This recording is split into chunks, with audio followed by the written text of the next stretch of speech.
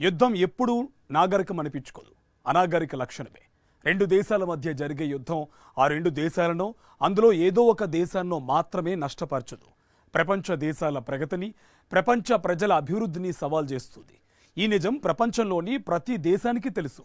కానీ యుద్ధ జ్వాలలు రగులుతూనే ఉన్నాయి. యుక్రెయిన్పై రష్యా చేస్తున్న దురాక్రమణలో లక్షల మంది ఆహుతులైపోయారు. ఇజ్రాయిల్ పాలస్తీనా మధ్య దశాబ్దాలుగా రగులుతున్న వివాదం చివరకు యుద్ధమై గాజాని భూలోక నరకంగా మార్చేసింది. ఇప్పుడు ఇరాన్ వంతు అంటుంది ఇజ్రాయిల్. ఆ గతి ఇజ్రాయిల్కే పట్టిస్తానంటుంది ఇరాన్. ఈ యుద్ధంలో గెలుపు ఎవరిది అన్నది తరువాత. యుద్ధం ముదిరితే ప్రపంచ వ్యాప్తంగా అనేక దేశాలను ఆర్థిక సంక్షోభం ముంచేయడం మాత్రం ఖాయంగా కనిపిస్తోంది. అదే సమయంలో పర్యావరణం కేంద్రంగా భవిష్యత్తు తరాలకు తీవ్ర నష్టం జరుగుతుంది. ఇది ఇవాల్టి మ్యాగజైన్ స్టోరీ.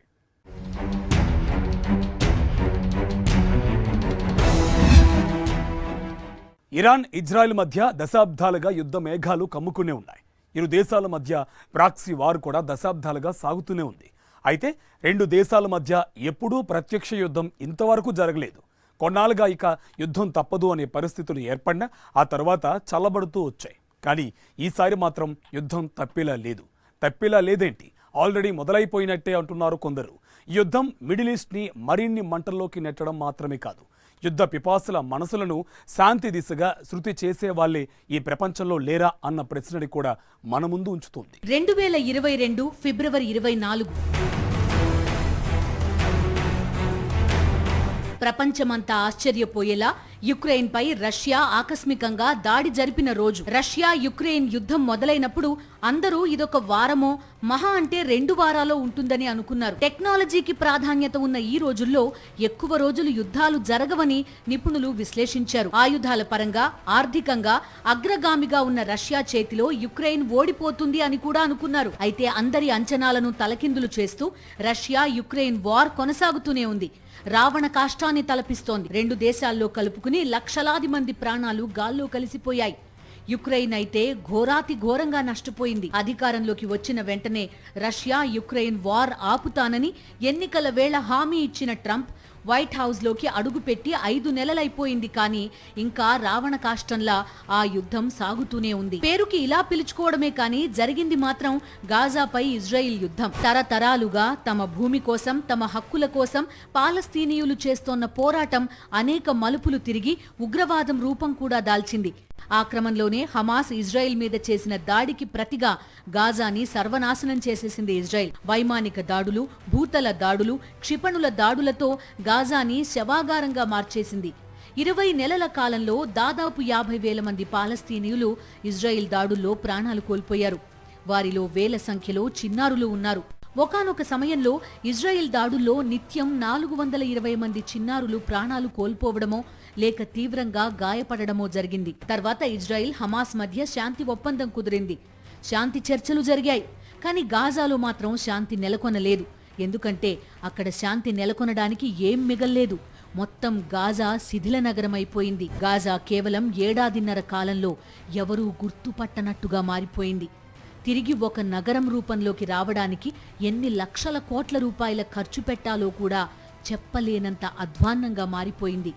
ఇప్పటికీ పాలస్తీన్ మీద ఇజ్రాయిల్ దాడులు చేస్తూనే ఉంది. హమాస్ ఎదురు దాడికి ప్రయత్నిస్తూనే ఉంది. యుద్ధం ఇంకా కొనసాగుతూనే ఉంది.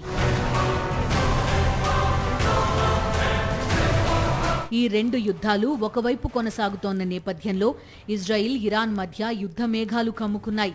అవి మరింతగా ముదిరి యుద్ధం తప్పదన్న పరిస్థితి వచ్చేసింది. దాడులు, ప్రతిదాడులతో ఇరు దేశాలు రణరంగంగా మారాయి.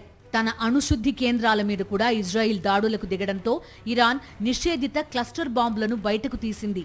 తొలిసారి టెహ్రాన్ వీటిని ప్రయోగించింది. ఇరాన్ తమపై క్లస్టర్ బాంబులు ప్రయోగించిందని ఇజ్రాయిల్ బలగాలు ఆరోపించాయి. ఈ మిసైల్ వార్ హెడ్ 7 కిలోమీటర్ల ఎత్తులో పేలి 20 చిన్న మందుగుండు సామగ్రిగా విడిపోయి పలు ప్రాంతాల్లో పడ్డాయని ఇజ్రాయిల్ హోమ్ ఫ్రంట్ కమాండ్ తెలిపింది. ఈ క్షిపణుల్లో ఒకటి అజోర్లోని సెంట్రల్ టౌన్లోని ఓ నివాసాన్ని తాకింది. ఇరాన్కు చెందిన ఇతర బాలిస్టిక్ క్షిపణుల కంటే ఈ క్లస్టర్ బాంబ్ క్షిపణులు భారీ ముప్పు కలిగిస్తాయి. క్లస్టర్ బాంబులు ఉపయోగించడంపై అంతర్జాతీయంగా నిషేధం అమల్లో ఉంది. 2008లో 111 దేశాలు, 12 ఇతర సంస్థలు క్లస్టర్ బాంబుల ఉత్పత్తి, నిల్వ, బదిలీ, వాడకంపై అంతర్జాతీయంగా నిషేధించే పత్రాలపై సంతకాలు చేశాయి.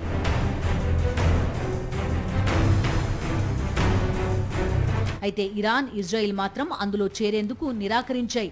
ఇజ్రాయిల్తో పోరు తీవ్ర రూపం దాల్చడంతో ఈ క్లస్టర్ బాంబులను బయటకు తీసింది టెహ్రాన్. ప్రపంచ శాంతి కోసం పాటుపడతామని ప్రపంచ దేశాలన్నీ చెప్తూనే ఉంటాయి. అణ్వాయుధాల ప్రయోగాల నుంచి మొదలు పెడితే అనేక కోణాల్లో ప్రపంచ దేశాలు ఏం చేస్తున్నాయన్న దానిపై ఒక కన్ను వేసే ఉంటాయి అగ్రదేశాలు. ఇదంతా ప్రపంచ శాంతి కోసమే అని చెప్పే ఆ అగ్రదేశాలే తమ అవసరాల కోసం యుద్ధానికి సై అనడమో, యుద్ధానికి దిగిన దేశాలకు మద్దతు ప్రకటించడమో జరుగుతూనే ఉంది. యుక్రెయిన్ మీద రష్యా యుద్ధం చేస్తూనే ఉంది, మారణహోమం సృష్టిస్తూనే ఉంది. ఇప్పుడు పాలస్తీనా మీద ఇజ్రాయిల్ చేస్తోన్న దాడులు, ఆ దాడులకు సంపూర్ణ మద్దతు ప్రకటించిన అమెరికా, అగ్రరాజ్యం వెనకే ఉన్న యూరోపియన్ యూనియన్. ఇప్పుడు ఇజ్రాయిల్ వర్సెస్ ఇరాన్. ఒకవైపు ఇన్ని దారుణాలు జరుగుతుంటే ఐక్యరాజ్య సమితి ఏం చేస్తోందన్న ప్రశ్న సామాన్యుడి మెదడుని తొలిచేస్తుంది. అదే సమయంలో ఐక్యరాజ్య సమితి వైపు ఆశగా చూడడం కంటే అమాయకత్వం మరొకటి ఉండదని అంతర్జాతీయ వ్యవహారాల నిపుణులు విశ్లేషిస్తున్నారు. ఐక్యరాజ్య సమితి కేవలం అగ్రరాజ్యాల చేతిలో కీలుబొమ్మగా మారిందన్న కోణంలో పెద్ద చర్చ కూడా అవసరం లేదంటున్నారు పరిశీలకులు. ప్రస్తుతం జరుగుతోన్న యుద్ధాల విషయంలోనే కాదు, గతంలో జరిగిన అనేక యుద్ధాల్లోనూ అగ్రదేశాలను కాదని ఐక్యరాజ్య సమితి చేసిందేమీ లేదని వారు గుర్తు చేస్తున్నారు. కేవలం ఉచిత సలహాలు ఇవ్వడానికి ఐరాస పరిమితమైపోయిందని, దాని నుంచి అంతకు మించి ఆశించడం కూడా అతిశయోక్తి అవుతుందని స్పష్టం చేస్తున్నారు. యునైటెడ్ నేషన్స్కి ఏమైనా మ్యాజిక్ పవర్స్ ఉన్నాయా? యునైటెడ్ నేషన్స్ ఇది సింపుల్ అండ్ ఆర్గనైజేషన్ అంతే. సో దానికి యునైటెడ్ నేషన్స్కి ఒక ప్రత్యేకమైన సెపరేట్ ఫోర్స్ ఉంది. దానికి వెళ్ళి యునైటెడ్ నేషన్స్ మీద అంటే లాభం లేదు. వరల్డ్ ఆర్డర్ అలా ఉన్నప్పుడు నేను ఇదివరకు కూడా చెప్పాను, ఐక్యరాజ్య సమితి అనేది ఒక వ్యాక్యూమ్లో పనిచేయదు. ఐక్యరాజ్య సమితి అనేది ప్రపంచంలో ఉన్న రాజకీయ, ఆర్థిక, మిలిటరీ పరిస్థితుల కాంటెక్స్ట్లో పనిచేస్తుంది. నేను యుద్ధాలు చెయ్యను, యుద్ధాలను ఆపుతానని ఎన్నికల ప్రచారంలో చెప్పిన ట్రంప్ వైట్ హౌస్లోకి వచ్చిన తర్వాత కూడా అదే డైలాగ్ రిపీట్ చేశారు. కానీ ఇజ్రాయిల్ అండాదండా అమెరికానే. ఇరాన్ మీద ఇజ్రాయిల్ యుద్ధం చేయాల్సిందే అని పంతం మీద ఉంటే అమెరికా కూడా అందుకు అభ్యంతరం చెప్పకపోవడానికి కారణం ఇరాన్ ప్రస్తుత పరిస్థితి అంటున్నారు పరిశీలకులు. అనేక కోణాల్లో అత్యంత బలహీనంగా ఉండి చివరకు ప్రజల విశ్వాసాన్ని కూడా పాలకులు కోల్పోయిన తరుణంలో యుద్ధానికి ఇదే సరైన సమయం అని ఇజ్రాయిల్ తహతహలాడుతోంది. అసలు యుద్ధాలే చేయనన్న ట్రంప్ తానే యుద్ధంలో ఎందుకు దిగుతానంటున్నాడు? దానికి కారణం ఏంటంటే ఇరాన్ అనేది వీకెస్ట్ పాయింట్లో ఉంది. ఇరాన్ ఇజ్రాయెల్కు శత్రువు, అమెరికాకు శత్రువు. ఇరాన్ ఎందుకు వీకెస్ట్ పాయింట్లో ఉంది? ఇరాన్లో ప్రభుత్వానికి వ్యతిరేకంగా ప్రజల్లో తీవ్రమైన వ్యతిరేకత, అసంతృప్తి ఉంది. మీ ప్రభుత్వాన్ని మీరు కూల్చుకోండి, ఈ ప్రభుత్వం వల్ల మీకు నష్టమే అని. రెండవది, అమెరికా విధించిన శాంక్షన్స్ వల్ల, ముఖ్యంగా 2018లో ఇరాన్తో అమెరికా కుదుర్చుకున్న న్యూక్లియర్ డీల్ నుంచి ట్రంప్ విత్డ్రా అయిన తర్వాత ట్రంప్ పెద్ద ఎత్తున శాంక్షన్స్ విధించాడు. బైడెన్ ప్రభుత్వం దాన్ని కొనసాగించింది. ఈ ఆంక్షల వల్ల ఇరానియన్ ఎకానమీ భయంకరంగా దెబ్బతింది. ఎవరి లెక్కలు వాళ్లకున్నాయి, ఎవరి వాదనలు వారికున్నాయి, ఎవరి ప్రయోజనాలు వాళ్లకి అత్యంత ముఖ్యం.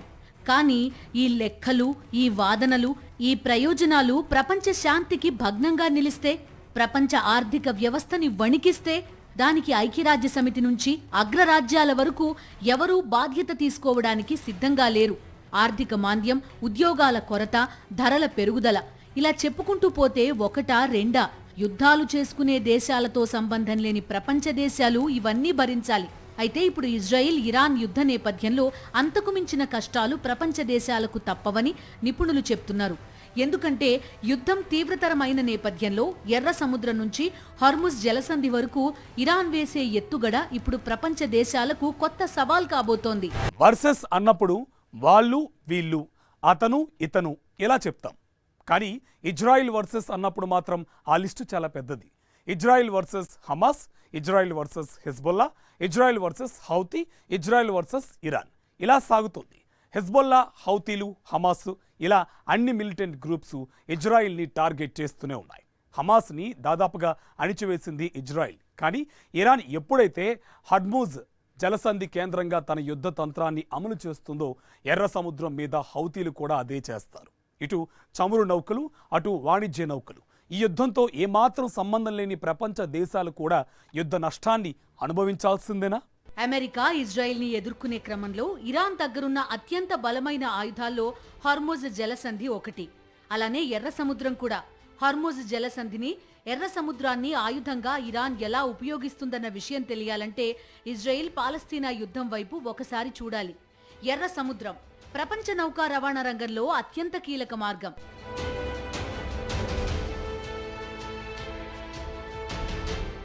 ఈజిప్ట్లోని సూయజ్ కాల్వ మీదుగా ఈ మార్గాన్ని షిప్పింగ్ కంపెనీలు రవాణాకు ఉపయోగించుకుంటాయి. మధ్యధరా సముద్రం మీదుగా రవాణాకు ఇది అత్యంత దగ్గరి మార్గం. ఒకవేళ ఈ రూట్ కాదనుకుంటే ఆఫ్రికా చుట్టూ తిరిగి ప్రయాణం చేయాల్సిందే. అలా ఆఫ్రికా చుట్టూ తిరిగి రాకుండా దక్షిణ, తూర్పు ఆసియాలకు సూయజ్ కాలువకి ఆనుకుని ఉన్న ఎర్ర సముద్రం ఎంతో అనుకూలమైన మార్గం. ఇజ్రాయిల్ ఎప్పుడైతే పాలస్తీన్ మీద యుద్ధం ప్రకటించిందో, గాజా మీద బాంబులతో విరుచుకుపడిందో, యెమెన్ కేంద్రంగా పనిచేస్తోన్న హౌతీ రెబెల్స్ పాలస్తీన్కి మద్దతుగా ఎర్ర సముద్రంలో వెళ్తోన్న వాణిజ్య నౌకలపై విరుచుకుపడ్డారు. ఒకటి కాదు, రెండు కాదు. గత సంవత్సరం నుంచి హౌటీస్ అమెరికా యుద్ధ నౌకలపై దాదాపు 200 సార్లు, వాణిజ్య నౌకలపై 150 సార్లు దాడులు చేశారు.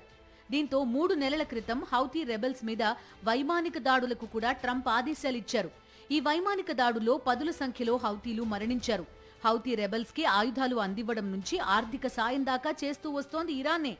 గతంలోనే ఇరాన్ మీద యుద్ధానికి దిగితే ఎర్ర సముద్రంలో వాణిజ్య నౌకలను తిరగనివ్వమని హౌతీ రెబెల్స్ హెచ్చరించారు. ప్రపంచవ్యాప్తంగా వార్షిక షిప్పింగ్ వ్యాపారం 14 లక్షల కోట్ల డాలర్స్గా ఉంది. అది ప్రపంచ జీడీపీలో 16%. అన్ని రవాణా వ్యవస్థల కంటే షిప్పింగ్ చౌకగా ఉంటుంది. ఇజ్రాయిల్ హమాస్ యుద్ధం ప్రారంభమయ్యాక నౌకా రవాణా వ్యయం పెరిగింది. 40 అడుగుల కంటైనర్ ధర 5% పెరిగింది. ఏడాదికి 19,000 నౌకలు సూయజ్ కాల్వ మీదుగా ప్రయాణిస్తాయి. దీనివల్ల 30 రోజుల సమయం కలిసి వస్తుంది. అదే ఆఫ్రికా చుట్టూ తిరిగి వస్తే అధిక రవాణా వ్యయంతో పాటు సమయం వృధా అవుతుంది. దాంతోపాటు ప్రధానంగా సముద్ర దొంగల భయం ఎక్కువగా ఉంటుంది. ఇటు సమయం కలిసొస్తుంది, అటు రవాణా ఖర్చు భారీగా తగ్గుతుంది. వీటన్నింటితో పాటు పైరట్స్ భయం ఉండదు. ఈ కారణాల వలనే సూయజ్ కాలువకి అంతర్జాతీయంగా అంత డిమాండ్. సముద్ర దొంగలతో పోల్చితే ఆయుధ సంపత్తి విషయంలో హౌతీ చాలా బలంగా ఉంది. దీంతో హౌతీ దాడులను ఎదుర్కొంటూ ముందుకు సాగడం రవాణా నౌకలకు పెద్ద సవాల్గా మారింది. ఇరాన్ మీద యుద్ధం తీవ్రతరం కాగానే హౌతీస్ రెడ్ సీ మీద వాణిజ్య నౌకలను టార్గెట్ చేశారు. దీంతో నిత్యావసర వస్తువుల కొరత నుంచి ధరల పెరుగుదల దాకా ప్రపంచ దేశాలకు కష్టాలు తప్పవు. భారత్ ఎగుమతుల మీద కూడా ప్రభావం పడుతుంది. అదే సమయంలో ఇరాన్ హార్మోజ్ జలసంధిని క్లోజ్ చేస్తే ప్రపంచ దేశాలకు చమురు కష్టాలు తప్పవు.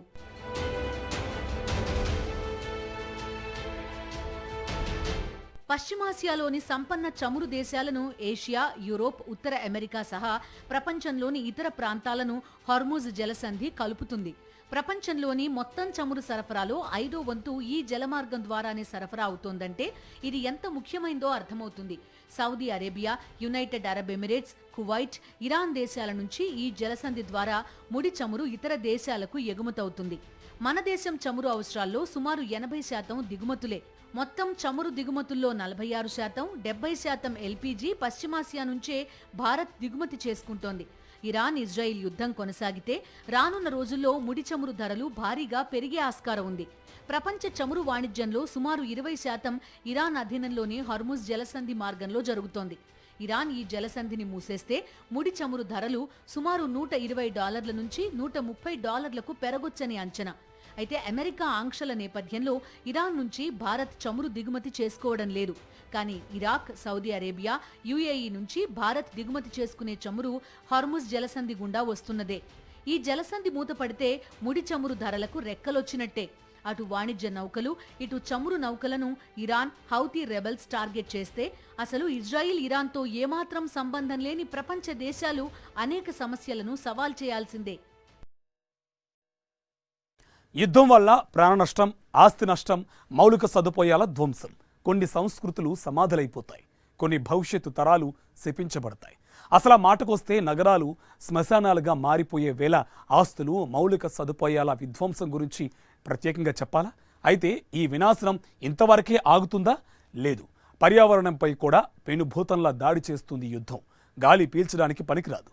పంట పొలాలు నాశనమైపోతాయి, అడవులు దహనమైపోతాయి, భూగర్భ జలాలు కూడా కలుషితమైపోతాయి.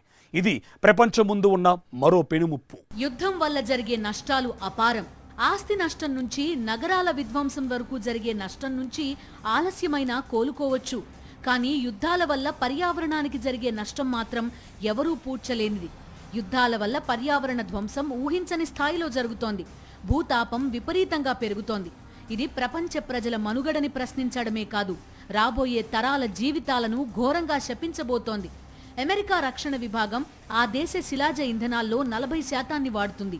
China, Russia, Saudi Arabia, Israel తదితర దేశాల సైన్యాల వల్ల కలిగే ఉద్గారాల పరిమాణం భారీగానే ఉంటోంది.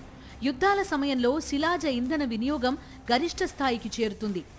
అమెరికా ఉగ్రవాదంపై చేపట్టిన యుద్ధం ఫలితంగా వాతావరణంలోకి 120 కోట్ల మెట్రిక్ టన్నుల గ్రీన్ హౌస్ వాయువులు విడుదలైనట్టు అంచనా. ఇది 25.7 కోట్ల కార్లు ఏటా వెలువరించే ఉద్గారాల వల్ల కలిగే భూతాపం కంటే అధికం. 1999లో కొసావో సంఘర్షణల్లో పరిశ్రమలు బాంబు దాడులకు గురవడంతో వెలువడిన విషపూరిత రసాయనాలతో ఎన్నో ప్రాంతాలు కలుషితమయ్యాయి. రష్యా దాడి కారణంగా యుక్రెయిన్ నగరాల్లో భవనాలు, రోడ్లు, మౌలిక సౌకర్యాలకు తీవ్ర నష్టం వాటిల్లుతోంది. అక్కడి గాలి కలుషితమై పీల్చడానికి కూడా పనికిరాకుండా తయారైంది. పంట పొలాలు నాశనమయ్యాయి, అడవులు దగ్ధమయ్యాయి, ఉపరితల భూగర్భ జలాలు కలుషితమయ్యాయి. రసాయన కర్మాగారాలపై జరుగుతున్న దాడులతో ప్రమాదకర వాయువులు వెలువడి ప్రజలకు ముప్పు వాటిల్లుతోంది. గాజాలో నిరంతర బాంబు దాడుల వల్ల వాతావరణంలో ఏర్పడిన దుమ్ము పొర స్థానికులకు అనారోగ్యకారకంగా మారింది. దీనివల్ల పంటలు, నీటి వనరులు కలుషితమవుతున్నాయి. నీటి లభ్యత, వినియోగం మరింతగా తగ్గిపోయే ముప్పు నెలకొంది. పారిశ్రామికీకరణకు ముందు రోజులతో పోలిస్తే 1950-2017 మధ్య కాలంలో ప్రపంచవ్యాప్తంగా సగటు ఉష్ణోగ్రతలు 1.1 డిగ్రీల సెంటీగ్రేడ్ మేర పెరిగాయి. అదే సమయంలో ఇజ్రాయిల్ పరిసర ప్రాంతాల సగటు ఉష్ణోగ్రతల పెరుగుదల 1.5 డిగ్రీలుగా ఉందని, ఈ శతాబ్దం చివరి నాటికి అది ఆందోళన కలిగించే స్థాయికి పెరుగుతుందని ఆ దేశ వాతావరణ సంస్థ వెల్లడించింది. ఇదే పరిస్థితి ముందు కూడా ఇలానే కొనసాగితే 2050 నాటికి సముద్ర మట్టాలు పెరిగి భూప్రాంతాలు మునిగిపోతాయని ఇజ్రాయిల్ పర్యావరణ మంత్రిత్వ శాఖ చెప్తోంది. కానీ ఇజ్రాయిల్ మాత్రం పాలస్తీన్పై యుద్ధం విషయంలో వెనక్కి తగ్గలేదు. ఇప్పుడు ఇరాన్ మీద యుద్ధానికి దిగడంలోనూ తగ్గేదే లేదంటోంది. ఆఫ్ఘనిస్తాన్లో బాంబు దాడుల కారణంగా తలెత్తిన కాలుష్యానికి తోడు యుద్ధ వ్యర్థాలను దగ్ధం చేయడం వల్ల ఏర్పడిన విషవాయువులు స్థానికుల్లో క్యాన్సర్లకు కారణమయ్యాయి. భారీ యుద్ధ యంత్రాలతో వాయు కాలుష్యం పెచ్చరిల్లింది. యుద్ధంతో ఆఫ్ఘాన్ 95% మేర అడవులను కోల్పోయింది. కువైట్ ని ఇరాక్ ఆక్రమించినప్పుడు వెనుదిరిగే సమయంలో ఇరాకీ సేనలు 600కు పైగా చమురు బావులను తగులబెట్టడంతో పర్యావరణానికి అపార నష్టం కలిగింది. రెండు దేశాల మధ్య జరిగే యుద్ధం ఆ రెండు దేశాలనే కాదు, పర్యావరణ కోణంలో మొత్తం ప్రపంచాన్నే వినాశనం దిశగా తీసుకెళ్తుంది. అయినా అమెరికా, బ్రిటన్, రష్యా ఇలా అగ్రదేశాలన్నీ యుద్ధ పిపాసులుగానే తమ ఉనికిని చాటుకోవడానికి గర్వపడుతున్నాయి.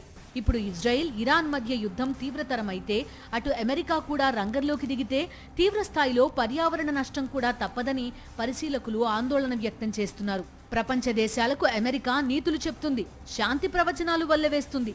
అదే సమయంలో ఆయుధాలు అమ్ముకోవడానికి యుద్ధాలను సృష్టిస్తోంది. ఇరాన్ తరపున మధ్యవర్తిత్వం వహిస్తానని, తన మీద నమ్మకం ఉంచి అవకాశం ఇవ్వాలని ఇజ్రాయిల్ని రష్యా కోరుతోంది.